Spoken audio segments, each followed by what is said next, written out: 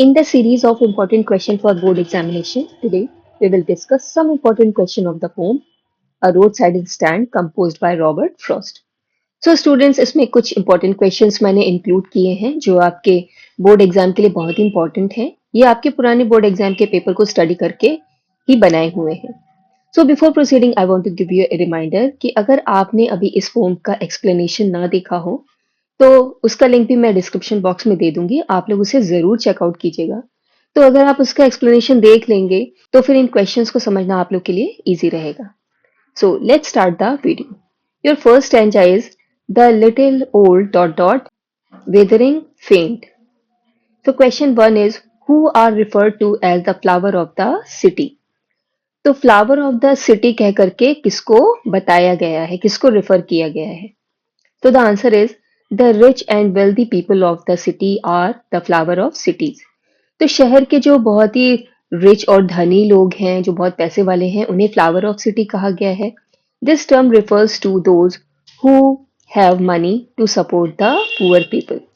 ये टर्म उन लोगों के लिए यूज किया है जिनके पास में मनी है, गरीब लोगों को सपोर्ट करने के लिए, मतलब उनकी मदद करने के लिए। This phrase is used as a metaphor to compare the people living in cities to flower. Metaphor एक पोएटिक डिवाइस होता है जिसका यूज कंपैरिजन के लिए किया जाता है। तो इसे मेटाफर के रूप में यूज किया है कंपेयर करने के लिए पीपल लिविंग, मतलब कि शहर के लोगों के जो लाइफस्टाइल है उनको फ्लावर से, मतलब कि फूलों से उसको कंपेयर किया गया है। Look at the next question. Why is it unfair to say that these people are begging for a dole of bread? डोल मतलब होता है शेयर, हिस्सा, एंड ब्रेड से यहाँ मतलब है खाने पीने की चीज। तो why is it unfair to say, ये कहना अनफेयर क्यों होगा, गलत क्यों होगा कि ये लोग जो है खाने पीने की चीजों के लिए बेगिंग कर रहे हैं, यानी भीख मांग रहे हैं। So the answer is it is unfair to say that the stand owner are begging for a dole of bread. ये कहना बिल्कुल ही गलत होगा कि जो स्टैंड ओनर है, मतलब कि जो दुकान के जो ओनर है, मालिक है, वो कुछ खाने पीने की चीजों के लिए बेगिंग कर रहे हैं, बिकॉज क्योंकि they are offering their product for sale in exchange for some money. क्योंकि वो लोग जो हैं अपने प्रोडक्ट, मतलब जो उनका सामान है, वो दे रहे हैं बेचने के लिए, और उसके बदले में वो क्या चाहते हैं, वो थोड़ा सा पैसा चाहते हैं, थोड़ी सी मनी चाहते हैं। Question 3 is what does pathetically plead in the extract implies. Stanza में पैथेटिकली प्लेड का क्या मतलब है? So the answer is it implies the plead to the rich city dwellers to buy something. Plead मतलब होता है रिक्वेस्ट करना, एक इमोशनल अपील करना, और ड्वेलर्स मतलब होता है रहने वाले। तो शहर में जो शहर के जो रहने वाले हैं, जो रिच पीपल हैं, उनसे एक इमोशनल अपील की जा रही है कि वो कुछ खरीदे। The road side stand owner is very poor and does not get much attention from the passing traffic. और ये अपील क्यों की जा रही है? क्योंकि जो रोड साइड स्टैंड, मतलब जो सड़क के किनारे जो दुकानें लगी हुई हैं, उसका जो ओनर है वो बहुत ही पुअर है, और वहां से जो ट्रैफिक गुजरता है, वहां उस ट्रैफिक मतलब कि उन गाड़ी में बैठ के जो लोग गुजरते हैं, वो उसके ऊपर बहुत कम ध्यान देते हैं। Look at the next stanza. The polish traffic dot dot and go along. तो question 1 is what does polish traffic means. Polish traffic का क्या मतलब है? The phrase polish traffic means luxurious vehicle. तो पॉलिश ट्रैफिक का मतलब है बहुत ही अच्छे सुंदर सुंदर व्हीकल्स, मतलब गाड़ियां। The poet refer the city folk as polished traffic. अब पोएट जो हैं वो सिटी फोक यानी कि शहर के लोगों को पॉलिश ट्रैफिक कह करके रिफर कर रहे हैं। They move in decent and costly cars. ये लोग जो हैं अपने बहुत ही सुंदर सी, बहुत ही महंगी महंगी कारों में बैठ करके जाते हैं, with their eyes fixed forward. और उनकी जो आंखें हैं वो सीधे अपने डेस्टिनेशन पर ही होती हैं, मतलब वो अपने इधर उधर बिल्कुल भी ध्यान नहीं देते हैं, सीधे जो है वो डेस्टिनेशन की ओर चल देते हैं। Next question. What are the complaints made by the city people. शहर के लोग क्या कंप्लेन करते हैं? So the answer is the city people complains about artless paint of road side stand. जो शहर के लोग हैं वो कंप्लेन करते हैं कि जो रोड साइड स्टैंड है, मतलब सड़क के किनारे जो दुकानें हैं, इनमें बहुत ही खराब पेंटिंग हुई है। And the sign at the stand of south and north convey the wrong direction. और और जो साइन बोर्ड है साउथ एंड नॉर्थ दिखाने वाले वो रॉन्ग डायरेक्शन में मुड़े हुए हैं, मतलब कि वो गलत डायरेक्शन दिखा रहे हैं। Question 3 is what does the sign with S turn wrong and N turn wrong convey. तो ये जो साइन बोर्ड है S turn wrong and N turn wrong, ये क्या कन्वे करते हैं, मतलब ये क्या बताते हैं। So the answer is the N and the S sign stand for the north and the south direction. तो एन और एस जो है ये नॉर्थ एंड साउथ डायरेक्शन बताते हैं। The sign have turn wrong, और ये जो साइन बोर्ड है ये गलत डायरेक्शन में मुड़े हुए हैं। It convey that the owner of the stand is uneducated, और ये बताते हैं कि जो ओनर ऑफ द स्टैंड है मतलब दुकान के जो मालिक हैं वो अनएजुकेटेड है, मतलब वो बहुत पढ़ा लिखा नहीं है। Look at the third stanza, the her to dot dot keeping from us. So question 1 is what was the promise made by the government? तो गवर्नमेंट ने मतलब सरकार ने कौन से वादे किए थे। So the answer is the government makes promise to improve the lives of the poor farmers.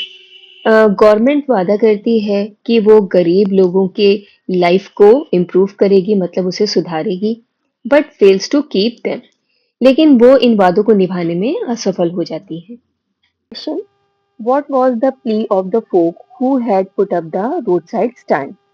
जिन्होंने सड़क के किनारे स्टैंड लगा रखे हैं, छोटी दुकानें लगा रखी हैं, वो लोग क्या प्ली करते हैं। प्ली मतलब होता है रिक्वेस्ट करना। सो the answer is the folk who had put up the roadside stand wanted the passer-by to stop and buy the berries or the squash which they sold so that they could have some cash. तो वो लोग जिन्होंने सड़क के किनारे अपने stall लगाए हैं वो चाहते हैं कि जो पासर बाय हैं मतलब जो लोग वहां से गुजर रहे हैं वो थोड़ी देर के लिए रुकें और उनकी बेरीज यानी उनके बेर खरीदें। और स्क्वैश ये भी एक तरह की वेजिटेबल है जिसे हम लोग कद्दू कहते हैं। तो उन्होंने बेचने के लिए जो बेरीज और जो स्क्वैश लगा के रखे हैं उसे वो खरीदे so that they could have some cash, ताकि उन्हें थोड़ा कैश मिल जाए, थोड़ा पैसा मिल जाए, with which they could improve their lives, जिससे कि वो अपनी लाइफ को थोड़ा सा इम्प्रूव कर सकें। Question 3 is what does harm to the scenery implies. Harm to the scenery का क्या मतलब है। So the answer is it implies harm cause to the natural scenery. Harm मतलब होता है नुकसान पहुंचाना, तो नेचुरल सीनरी को नुकसान पहुंचाना इसका अर्थ होता है। Look at the fourth stanza. It is in the dot dot out of their wits.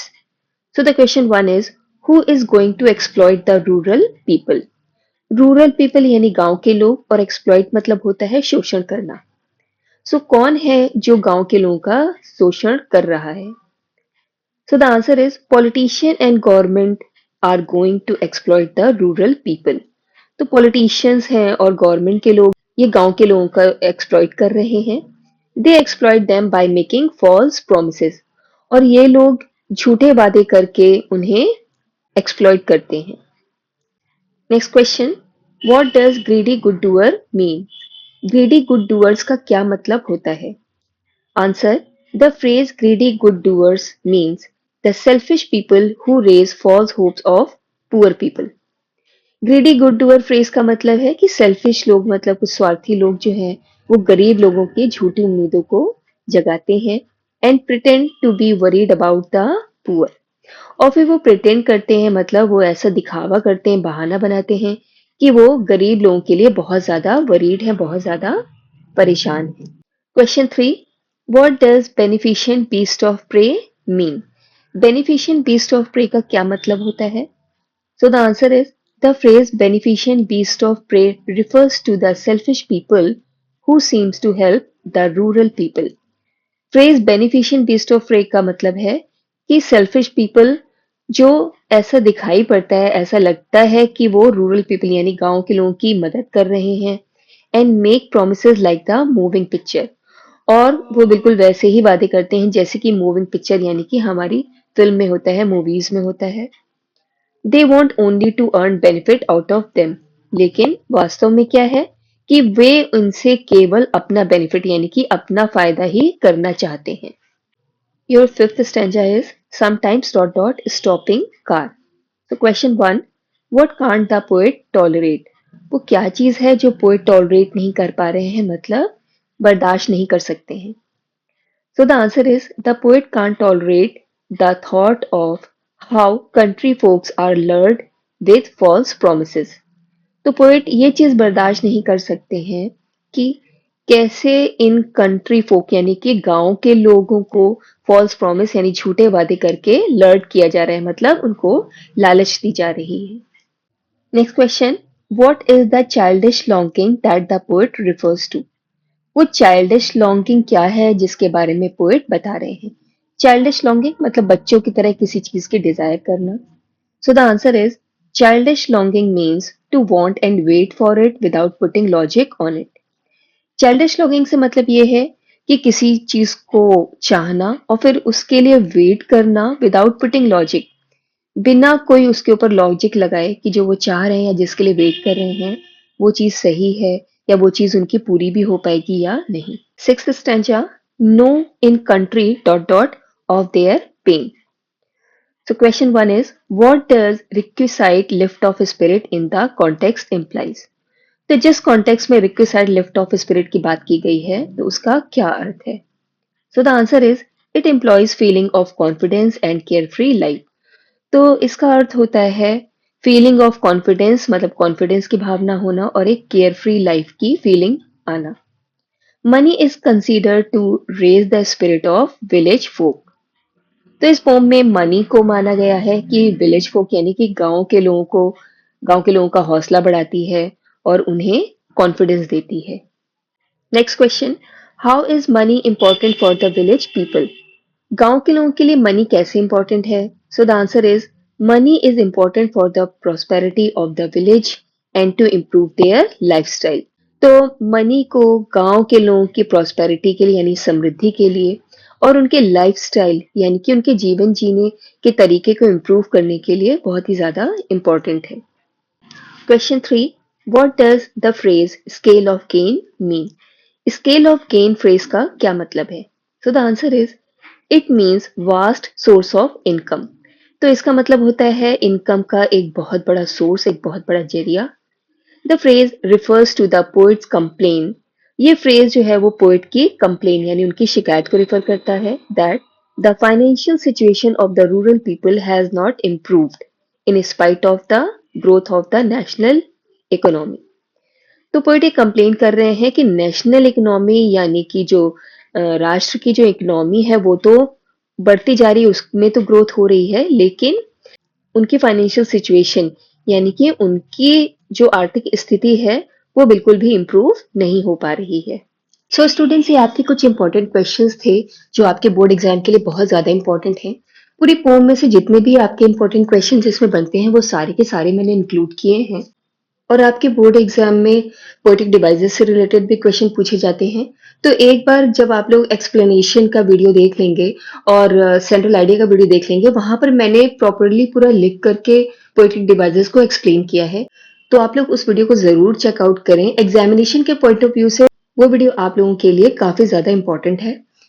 So with this is Seema Chauhan signing off. Till then we meet next, take care and good bye.